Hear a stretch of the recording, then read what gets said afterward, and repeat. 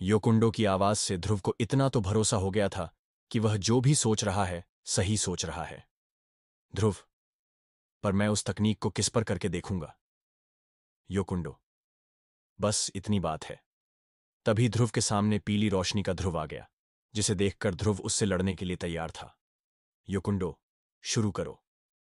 और फिर दोनों के बीच लड़ाई शुरू हुई, जिसमें ध्रुव, सक्शन फोर्स तकनीक, यह कहकर ध्रुव ने अपने मन को शांत किया और सारा फोकस अपने हाथों पर लगाया, जिससे वह पीली रोशनी का ध्रुव हमला करने से पहले ही उसकी ओर खींचने लगा। जैसे ही वह ध्रुव के करीब आया, ध्रुव ने उस पीली रोशनी के ध्रुव के मुंह पर एक मुक्का मार दिया, जिससे वह रोशनी वाला ध्रुव गायब हो गया। इसे देखकर ध्रुव खुश होने लगा। योकुंडो, ध्रुव, तुम पहले ऐसे योद्धा हो जिसने इस तकनीक को इतने कम वक्त में सीखा और इसकी गहराई को समझा है। तुम में कुछ तो बात है। अगले दिन जब ध्रुव रॉय परिवार में पहुंचा, तब उसने उस तिलिस्मी बीस्ट को उसका खाना दिया और वहां से रॉय परिवार के अभ्यास स्थल की ओर चल दिया।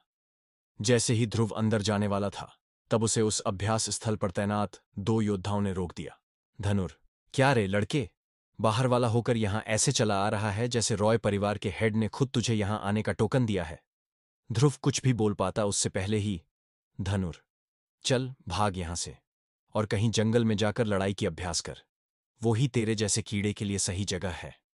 ध्रुव खून का घूंट पीते हुए अपनी स्टोरेज अंगूठी में से वो टोकन निकाला और दोनों योद्धाओं को दिखाया। पर धनुर तो अपनी बात कहने में व्यस्त था। तब मलिक, धनुर देख तो, सच में इसके पास टोकन है। धनुर यह देखकर अपनी बात पर शर्म महसूस करने लगा।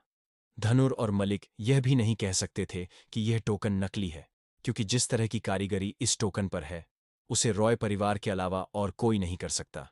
धनुर और मलिक, हमें हमारी गलती पर माफ करिए, आप अंदर जा सकते हैं। और फिर दोनों योद्धा ध्रुव के सामने से हट गए। पर ध्रुव जाते हुए बस उनसे इतना ही कहता गया, ध्रुव, धनुर नाम है तुम्हारा, तुमने बिल्कुल सही सोचा है। इतना कहकर ध्रुव तो अंदर चला गया। पर दोनों योद्धा यह सुनकर हैरान थे। ध्रुव अंदर पहुंचा तो उसे एक तरफ तलवारें दिखीं। उन्हें देखकर ध्रुव ने उनमें से एक तलवार ली और वहीं जगह देखकर अभ्यास करने लगा। ध्रुव अभी अभ्यास कर ही रहा था कि उसके पास एक लड़का आया जो लगभग ध्रुव की ही उम्र का था। राहुल, तुम यहां नए लग रहे हो। वैसे मेरा नाम राहुल है, और तुम्हारा? ध्रुव ने भी अपना नाम बताया। राहुल, तुम तलवार चलाना सीख रहे हो? ध्रुव, हां, पर मैं सीखूं कैसे? राहुल, बस इतनी बात, आखिर मैं किस काम आऊंगा? मैं यहां के योद्धाओं में तलवार चलाने में तीसरे चौथे नंबर पर आता हूं, पर रैंक में सभी नए लड़कों में पहले नंबर पर हूं।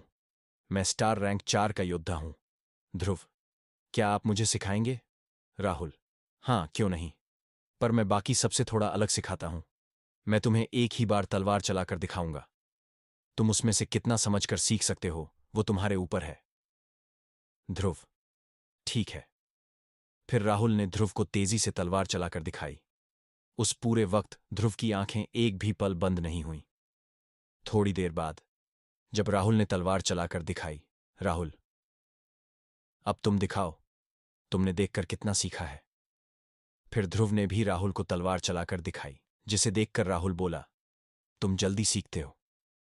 तभी बिना किसी देरी के राहुल ने ध्रुव पर हमला कर दिया, जिसे ध्रुव ने अपनी तलवार से रोक लिया और फिर दोनों में तलवार की लड़ाई होने लगी।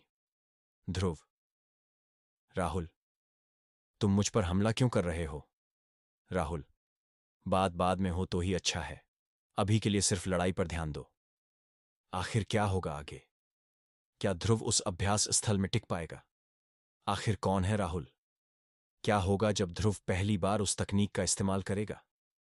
क्या ध्रुव को और कोई तकनीक सीखने को मिलेगी? अगर आपको इन सभी सवालों के जवाब चाहिए तो बने रहिए मेरे यानी आरजे सिद्धार्थ के साथ, सिर्फ पॉकेट एफएम पर।